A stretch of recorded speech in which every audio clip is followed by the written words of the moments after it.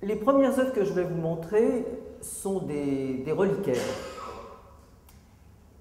Ces reliquaires sont constitués d'un extrait de texte de Michel Serres, qui en fait est une préface que je vous recommande de lire, qui est une sorte de conte philosophique, qui s'appelle Laïcité, et qui est en fait en entrée de jeu du tiers instruit. J'ai beaucoup utilisé ce texte, c'est ce texte de Michel Serres, et en fait il commence par le mot monstre qui désigne nous tous, sans exception.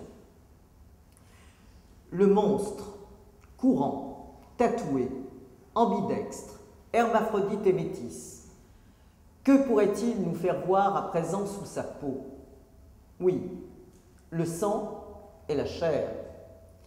La science parle des organes, de fonctions, de cellules et de molécules, pour avouer enfin qu'il y a beau temps que l'on ne parle plus de vie dans les laboratoires.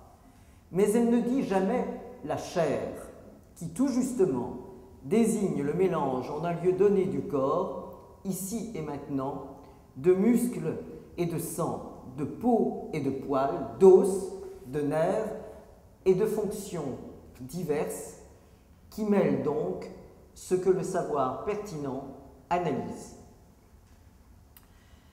Donc ce texte en fait a été traduit en plusieurs langues, comme je vais vous expliquer.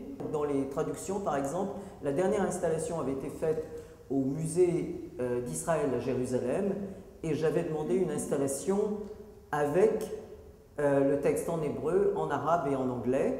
Je dois dire que ces reliquaires sont très lourds, très épais. Ce sont faits avec des verres anti-effraction, et le cadre en métal soudé est comme un signe d'inviolabilité en fait.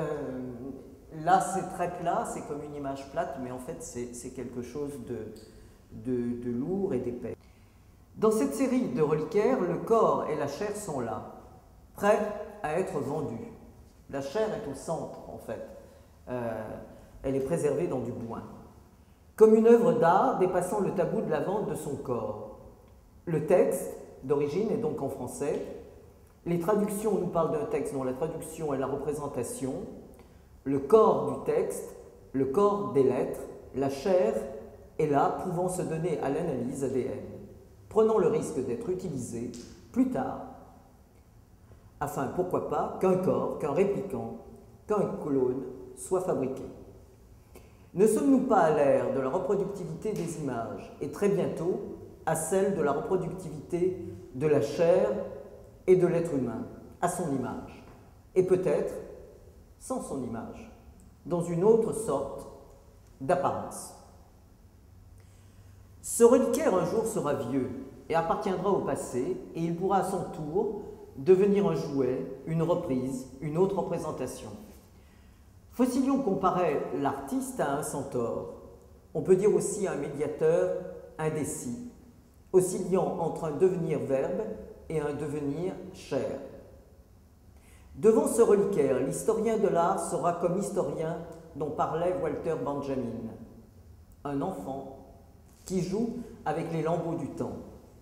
Et les scientifiques joueront peut-être avec les lambeaux de ma chair, avec mes gènes.